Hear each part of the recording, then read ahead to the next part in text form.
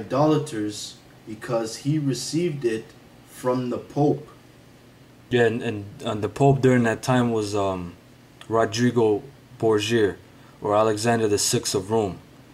All right, and you know, he was a real devil, man. Columbus and him worked together, basically. All right, read on. If the Indians refuse, he may quite legally fight them, kill them, and enslave them, since as unbelievers they have no worth above that of any heretic. That's bullshit, because when Columbus came over here, they recorded that the Indians kept the laws. You know, they found records of Hebrew among them. You know, so read on. Okay, and it's just by Summa de Geographia. Geografia que trata de todas las partidas del mundo, 1518. Alright, I'll jump down to the next one. Under the Spaniards and the French, inquisitionally courts were often established to try Indians. Nearly 900 heresy trials were held against Indians in Mexico during the 16th century. Right, so they actually had inquisitional courts in the New World, man. They actually had them courts in there, man, and they would try Native Americans and, you know, and all that, and they would put them to death, man. All right, yeah, just skip the bracket part. Go to held in Mexico.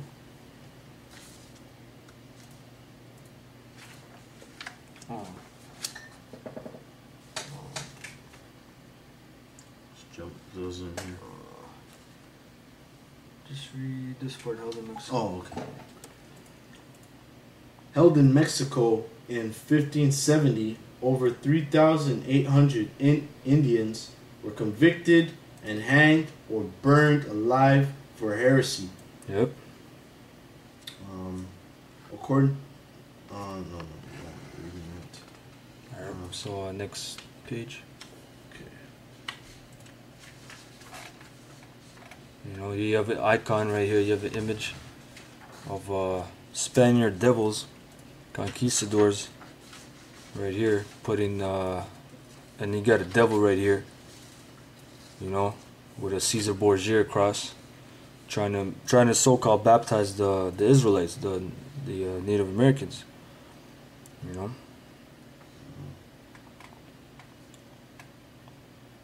Okay.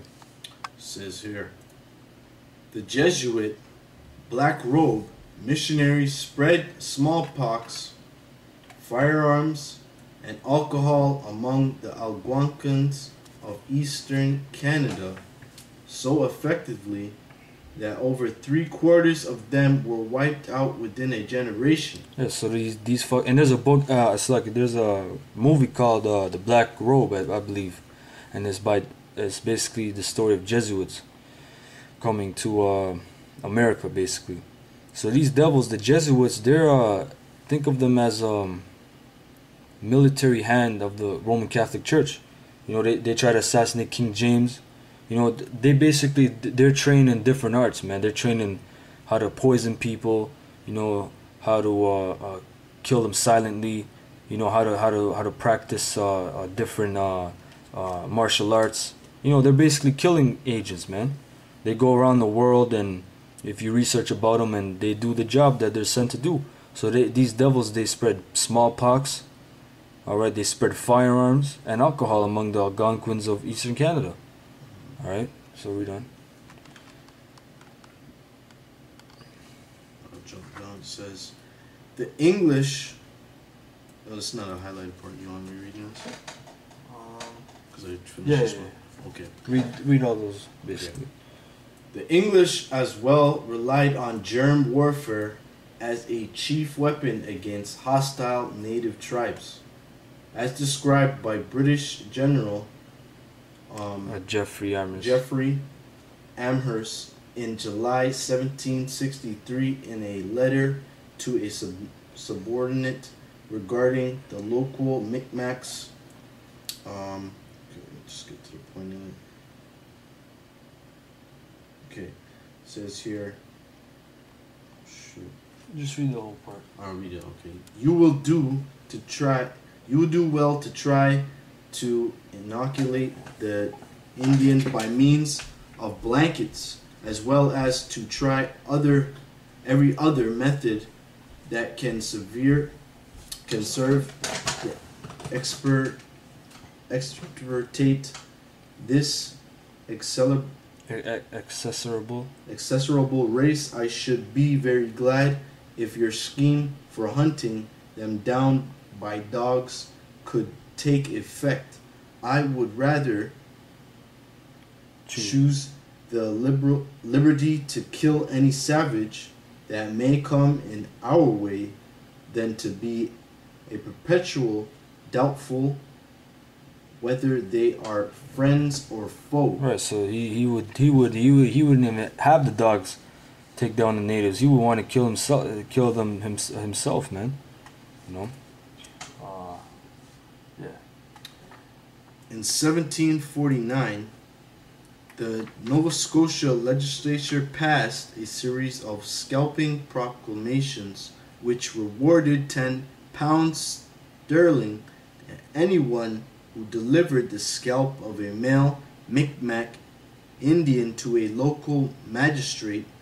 £5 was offered for the scalp of a woman or child. Yeah, so these devils in Nova Scotia, which Nova Scotia means new black land, basically. These fucking assholes, man, these devils, man, they showing you that, you know, the white man always says the Indians, the natives, they started scalping and all this bullshit, man. The white man started scalping, man. That was a system used to prove that you killed natives. And the only reason that Gaddis did it back to you, because that's payback, an eye for an eye. You know? So these devils, they actually made scalping proclamations, man. Give you £10 of sterling, man. You fucking devils, man. You have a lot to pay for, man. We're gonna scalp you devils in that day. That's right. You know?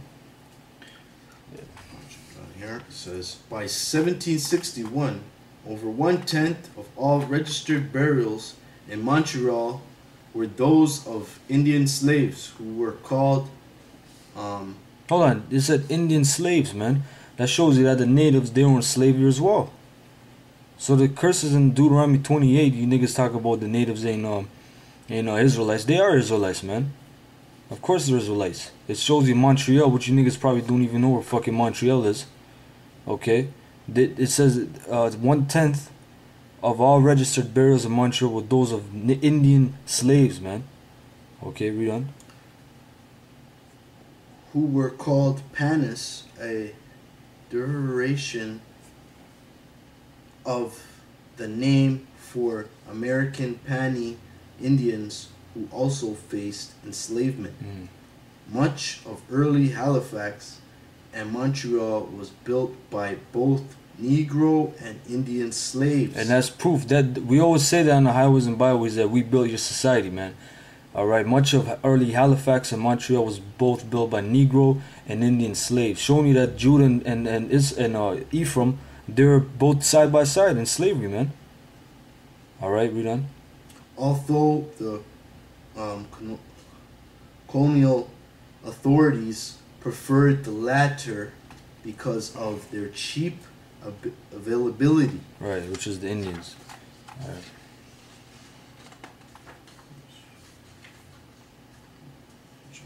Yeah, there's more. Should be less. Yeah, that little part. Okay. Further, the crown had granted the Roman Catholic Church absolute hegemony in lower Canada, Quebec, to operate schools, hospitals, and civic life in return for assuring a domestically tranquil populace. This power allowed the Catholic Jesuit order to establish the first boarding school among Indian nations.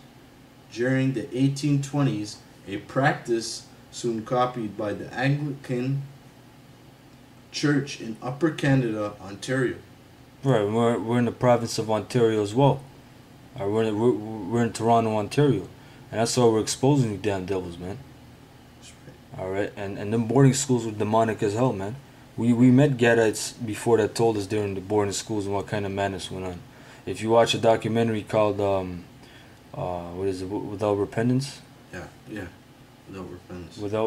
I think it's called Without Repentance. Unrepentant. It's called Unrepentant, Canada's Genocide, by Kevin Annett. He exposes the whole thing about it. He was a priest, and basically he started letting natives come into the church and talking about what happened to them, and basically they revoked him. You know, he couldn't get a job anywhere in Canada. Now this book is actually by him. You know, he could be a Jake too, cause shit, he brings out the truth, and he got caught hell, man. He lost his whole family and everything. The church paid his wife to divorce him, take his kids.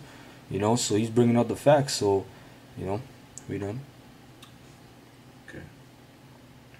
Where the Indians boarding a practice soon copied by the Anglican Church in Upper Canada, Ontario, where the first Indian boarding school, the Mohawk Institute, was established in Brantford in 1832. Mm-hmm.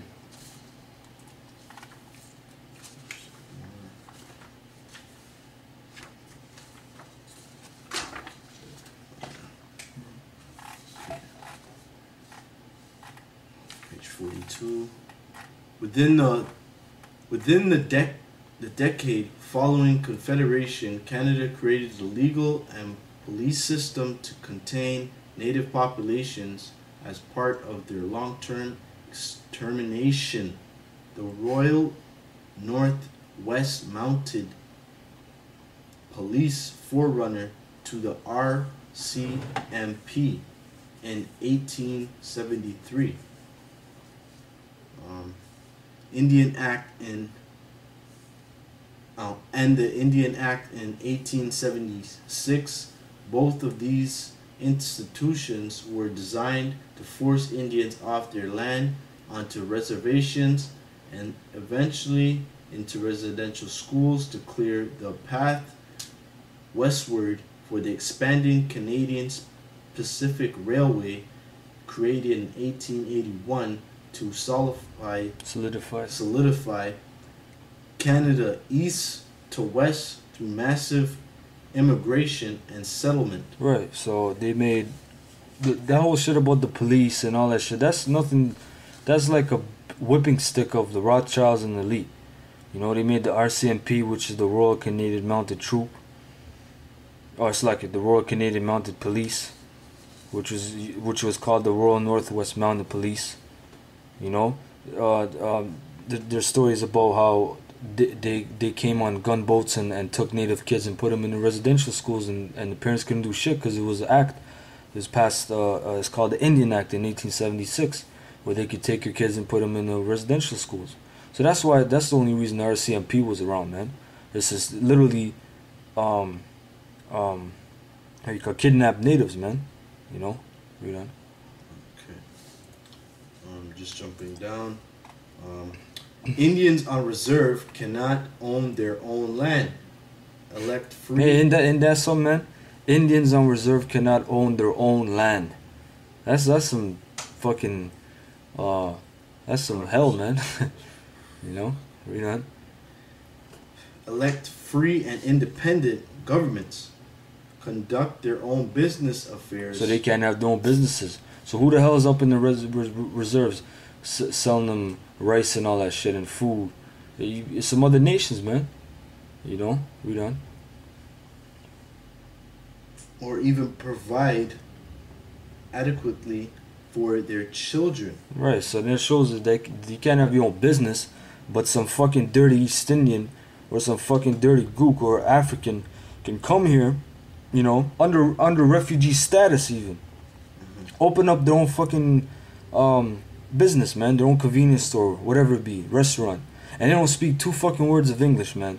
You tell him, give me a, give me a ginger ale.